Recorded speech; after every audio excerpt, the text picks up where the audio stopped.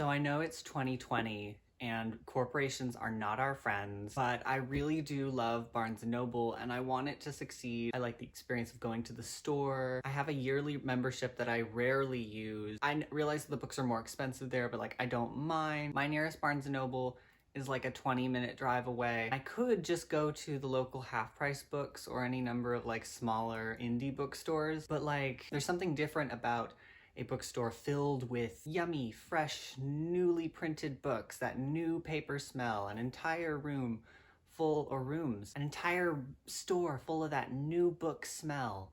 Love it. I can't think of any bookstores near me that would provide that kind of experience except for like a bunch of like Christian mom stores or Books A Million, which is like an hour drive away, and like Grapevine. I don't want it to die out. As we all know, in past years, Amazon has just swooped in and stolen all that sweet bookie business. Borders closed.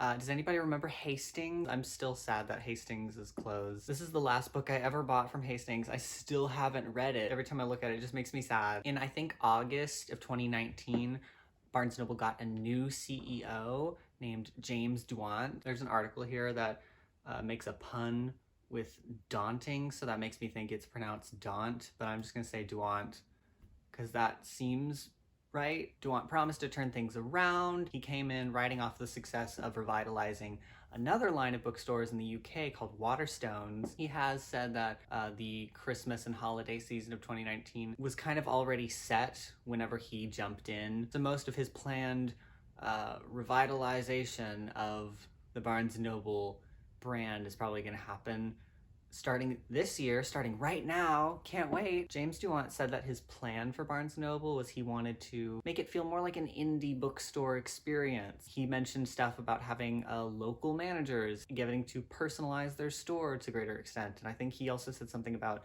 local managers deciding what kind of books they're going to display. There's like an article where he goes into like the New York Barnes & Noble and he sees like the display rack up front. He's like, serves no purpose. And it's like, he also said that these stores were ugly, which I didn't like because like one of the main reasons I go there is because I think it looks nice. I'm just a consumer. I mean, here's the thing. I think over like the past decade, Barnes & Noble has claimed that like we need to fix stuff and we're going to do this, we're going to do that. I've been going to Barnes & Noble for like the past 10 years and it's the same store. And there's a quote by James in an interview where he was talking about what his plans are for the company. There are some people who come in with a 100-day plan, but I'm not like that. And this is not that kind of situation. I am not marching into Barnes & Noble and saying, here's the answer. We are in a vocational trade and we make money by doing booksellery things. So that is what we will do. I don't know anything about business. Like, I am 22 years old, I work at Walmart, and I'm an English major who only uses online classes. Like, I do not know anything about how business works or the numbers. I could have probably looked up the numbers, but I didn't really want to. I'm not here to like point by point break down what his plan is. This video is going to be a lot more petty than that. I'm here to talk about one thing and one thing only. I'm here to talk about the Barnes & Noble app. I cannot use my phone as a prop because I'm filming this video on it, and I didn't think about that until literally just right now. So Barnes & Noble has an app that is, for the sake of making this video kind of a slow burn, poorly managed. Full discretion, I use the iPhone version of this app, so I don't know if it's better on Android. I literally do not know. I could have asked a friend, but I'm not going to. It's not just an app that's like kind of clunky and slow, although it's a very slow app. It's at this point like functionally almost unusable and at times literally unusable. Point number one, it does not remember you. It doesn't even do the thing where it remembers your name but not your password. It like literally every time you open this app, you have to fully type in your email and fully type in your password, no exceptions. But it's really annoying, especially when there is a remember me checkbox there, just mocking you like it's a Logan Paul prank. Point number two, there's no back buttons. Let's say you order 2 books. You've ordered The Starless Sea by Erin Morgenstern and the official novelization of Suicide Squad, and you want to track those orders. You are going to have to launch the app, type in your email in full, type in your password in full, go to your profile, look at your list of orders, hit The Starless Sea by Erin Morgenstern, and see just how many days it has until its arrival. Then there is no way to get back. You must now close the app, open it again, type in your email in full again, type in your password in full again, go back, you can then go and see if Suicide Squad is out for delivery today or not. And if you want to browse for deals after that, yeah, you gotta close it again and then type in your info all over again. My very first video on this channel was a review of Mirror Mirror, A Twisted Tale. I had originally wanted to order it off of the Barnes & Noble website. However, there was a horrible glitch that prevented me from opening my cart to go pay. I could add it to the cart, but I could not access my cart. So at this point, I just went to Amazon, which had the book for a lot cheaper, by the way. At this point, the app was actively blocking my way and tangibly preventing me from giving money to Barnes & Noble. So if you do like a basic amount of amateur sleuthing, you can see that the last update for the Barnes & Noble app was in 2016. I want to compare this to the most recent update for maybe Amazon. How often does Amazon update their app? It just kind of boggles my mind that this app is not cared for in any shape, way, form, or fashion. Look, I don't presume to know absolutely anything about technology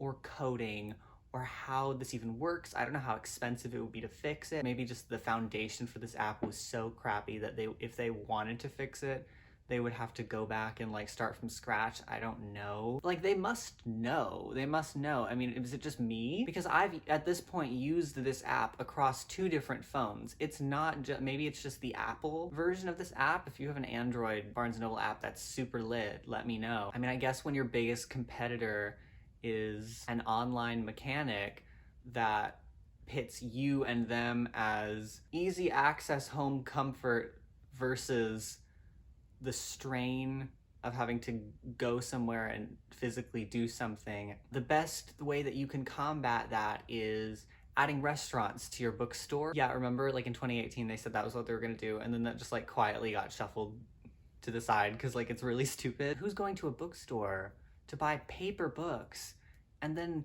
sitting down to eat a rack of ribs? When I go to Barnes & Noble, I leave and then I go to Panera because soup is really easy to eat while you're reading. Though I do think that adding a bar would be fantastic. I mean, in this digital age, and like when your biggest competition is taking your business specifically because of their online digital presence. Speaking of updates, I'm gonna include this story because I promised my friend. It's completely anecdotal. I tried to do all the research that I could and I can't find anything, so take it with a grain of salt. So my friend, let's be anonymous. Let's call him Sally, right? Sally, up until like last year, was a big Nook fan. There was a new update for all the Nooks. After he got this update, he noticed a lot of problems with this Nook. He noticed that it wouldn't refresh. So like if he changed the page, the original page would still be on it. Everyone in his family who had a Nook also had this problem. He just kind of assumed, you know, they're old, whatever. The new Nook was coming out.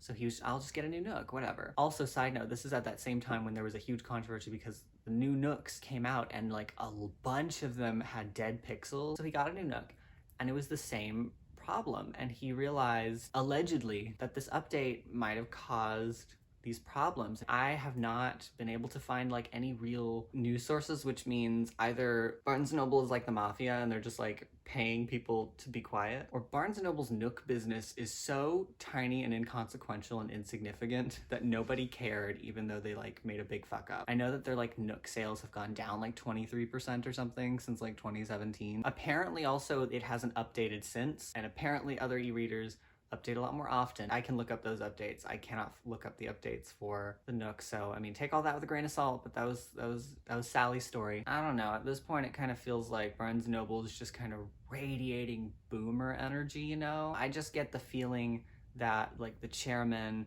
and the CEO and like all the big heads of the company are the kind of customers who, when they put their chip into the card reader and it has like a pretty innocent run-of-the-mill card read error, and you ask them to take it out and put it back in, they'd be the kind of people to like look you in the eye and very frustratedly insist that you promised them at least twice that it's not going to charge them twice. Just a weird disconnect from how this new technological world works. Overall, I'm not totally convinced that this company isn't just using a bookstore veneer to like launder money to the mob or something, based on just how little action seems to be being made. Look, I don't know how to fix Barnes & Noble. I really don't. Like, I could maybe make suggestions, but I don't know. I don't know if Barnes & Noble is ever gonna be fixed, but like, I think making sure that your app works is a start. If I owned a diner that's been slowly going out of business and I have a neon open sign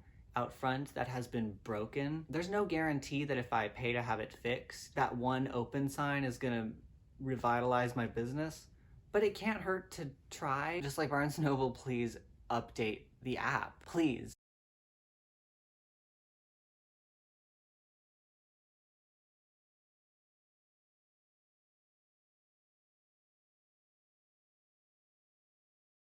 You can't sustain customer satisfaction with free cookie coupons forever, Barnes. Who uses these? Who actually uses these? I want to see the numbers, because I've never used one. They give you these with your order when you check out, but like if I'm at the checkout counter checking out, I'm leaving. I want to go home. I'm not gonna go back into the store to get a cookie. It's not even for a free cookie. It's a buy one, get one free cookie. I don't need that many cookies. Who am I gonna share it with? Like the one other person who's in your store at any given time?